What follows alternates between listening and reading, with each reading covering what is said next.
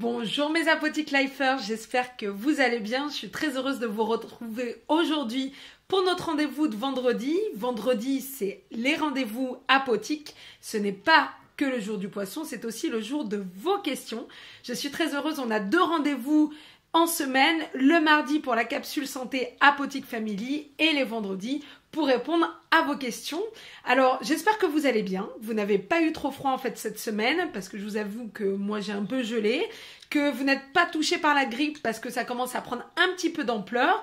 Je vous invite d'ailleurs à voir en fait la dernière vidéo concernant la grippe et comment éviter justement le fait d'être contaminé. Donc ça peut vraiment vous apporter. Et puis, aujourd'hui, on se retrouve pour une question. Alors, ça va être particulier aujourd'hui parce que cette question-là, je ne l'ai pas reçue par écrit, je ne l'ai pas reçue justement par mail, mais je l'ai reçue en fait en cabinet de consultation puisque je me présente, je suis, pour ceux qui ne me connaissent pas encore, je suis Kena Benayem Henry, docteur en pharmacie et docteur en pathologie humaine spécialisée en phytothérapie, donc les plantes, aromathérapie, les huiles essentielles et en nutrition.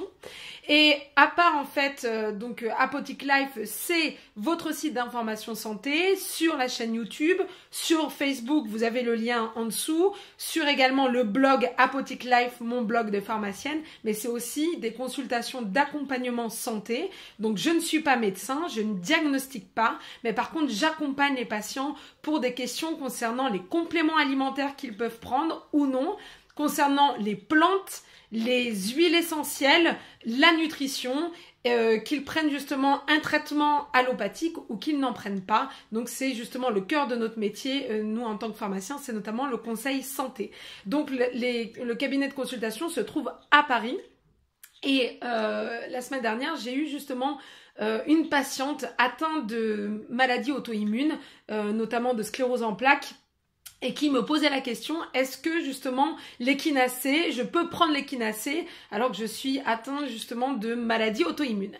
Alors, c'est une question super importante et c'est pour ça que j'avais envie en fait de la partager avec vous parce que je rencontre beaucoup au cabinet des questions qui sont assez récurrentes et c'est surtout un constat dont je me permets, c'est que en fait, Internet, moi je suis fan, je suis la première fan. D'ailleurs, sans Internet, je pourrais même pas ici vous parler. Je suis toute seule face à ma caméra, mais justement, c'est un moment de partage parce que vous êtes derrière votre écran et c'est une façon de communiquer. Donc, je suis très très fan, vous l'aurez compris, de ce moyen. Mais en même temps, c'est un peu un tsunami d'informations, notamment concernant la santé. Donc, il y a tout et son contraire, et vous êtes un peu inondés par l'ensemble d'informations concernant des études en fait de recherche qui après se contredisent, etc.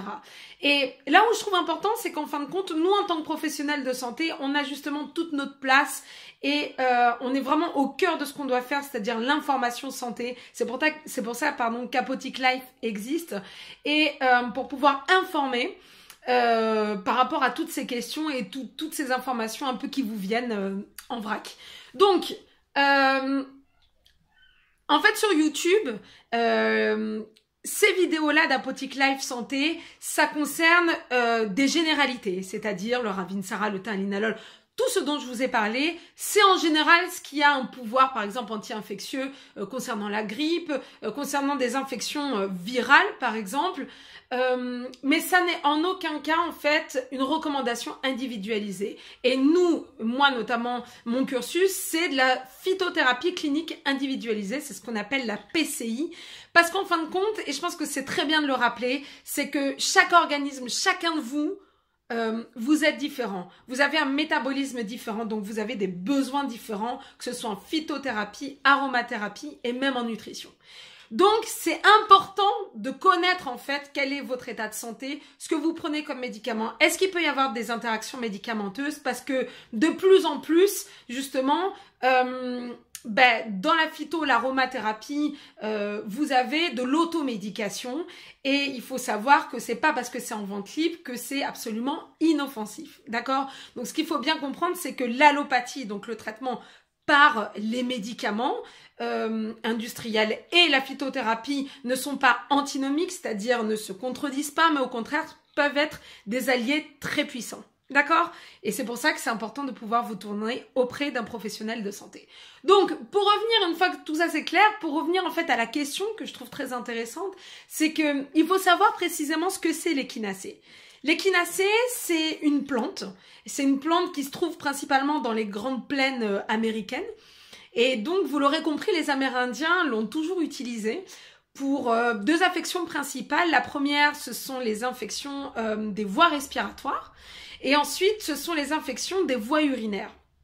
Ce qui peut vous intéresser, les Apothic Lifers, c'est que justement, la commission allemande, qui est un peu le pivot justement des décisions concernant la santé, ainsi que l'OMS, ont reconnu en fait l'efficacité de ces plantes, donc c'est très intéressant.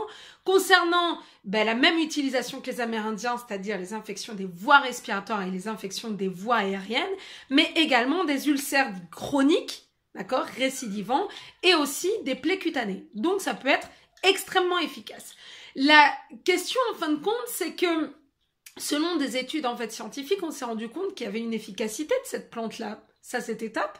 Mais cette efficacité-là, si vous la preniez à long terme, cette plante, elle diminuait l'efficacité parce que justement, on a un problème au niveau de l'organisme, un problème de tolérance.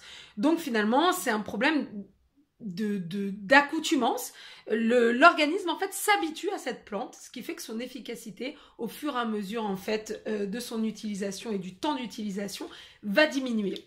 Alors, ce qu'il est important de savoir, c'est que justement, pour répondre à la question de cette patiente, c'est que c'est important de pouvoir consulter, et ça vous l'aurez compris, mes Apothic Lifers, ce serait en fait l'idée du jour, de consulter un professionnel de santé, parce que justement, il y a des précautions à prendre concernant cette plante. Il ne faut pas prendre justement cette plante pour un enfant qui a une infection ORL de type otite, parce qu'il peut y avoir justement une aggravation en fait de son état de santé. Autre chose, pour les personnes asthmatiques, évitez de prendre en fait de l'échinacée. Et pour les personnes qui sont allergiques à la famille des plantes de type astéracée, puisqu'en fin de compte, l'échinacée fait partie de l'astéracée. Et ça, si on ne le sait pas et qu'on y est allergique, ça peut poser de graves soucis de santé. Autre chose intéressante, c'est qu'en fin de compte, elle est contre-indiquée pour les patients ayant des maladies dites systémiques. Alors, dans le mot systémique, il y a le mot système. Donc, c'est-à-dire qu'en fait, toutes les personnes atteintes par exemple de sida, de tuberculose, d'accord, ça atteint la globalité du système organique, et puis les maladies auto-immunes, on y vient, comme la sclérose en plaques, la polyarthrite rhumatoïde, la maladie de Crohn. D'ailleurs, je vous invite à regarder une vidéo, un entretien qui dure environ 30 minutes avec Wilfried Launay de Bimove, concernant en fait les maladies auto-immunes et ce qu'on peut faire justement en termes de nutrition entre autres et de phytothérapie. Donc je vous mettrai le lien bien sûr en bas. Et puis autre chose aussi importante, c'est pour les patients qui ont eu justement une greffe, évitez de prendre l'échinacée parce que en général les patients porteurs d'une greffe prennent des médicaments qu'on appelle immunosuppresseurs, donc dans le mot immunosuppresseur, donc qui suppriment l'immunité. Pourquoi on a besoin de supprimer l'immunité en cas de greffe? Parce que justement on a besoin que la greffe soit acceptée par le corps, donc le système immunitaire ne se mette pas justement en marche pour pouvoir faire un rejet de greffe. Et donc, l'échinacée va interagir avec ces immunosuppresseurs et donc va remettre en marche le système immunitaire avec un risque de rejet de greffe, ce qui serait vraiment fâcheux et ce que je vous souhaite absolument pas. Voilà, j'espère que cette vidéo vous a bien parlé, que cette idée-là, en fait, de professionnel de santé est important, même au sujet de l'automédication. Ne vous lancez pas, en fait, dans des cures sans réellement savoir si c'est profondément adapté pour vous. Et puis, je vous dis surtout un rappel, parce que j'ai hâte de pouvoir vous retrouver pour la formation Apothic Life, la formation d'aromathérapie qui s'intitule l'Apothic Family en hiver, où vous recevez pour les inscrits, les chanceux, donc l'Apothic Family Box, qui est en fait une boîte contenant en fait l'ensemble des plantes et des huiles essentielles dont j'aurai parlé durant cette conférence qui durera 2 heures, et vous recevrez également un feuillet par mail. N'hésitez pas à vous inscrire, je vous attends avec grand plaisir. C'est par mail h.kehna@gmail.com. Je mettrai toutes les informations en bas de cette page. N'oubliez pas de vous abonner pour pouvoir faire prospérer en fait votre chaîne santé Apothic Life, ma santé par les plantes. Et puis, je vous souhaite un excellent week-end. Couvrez-vous bien, réchauffez-vous aussi pendant ce week-end. Et puis, j'ai hâte de vous retrouver mardi. N'oubliez pas de laisser vos commentaires et vos questions. J'y répondrai avec grand plaisir. Je vous embrasse bien fort, mes Apothic Lifers. À bientôt!